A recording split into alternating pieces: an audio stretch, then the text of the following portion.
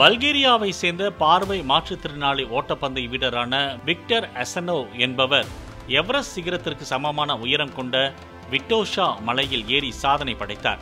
2 நாட்களில் வழிகாட்டி நாய் துணையுடன் தூக்கமின்மை மற்றும் சோர்வை மீறி 8850 மீட்டர் உயரத்தை அவர் எட்டினார்.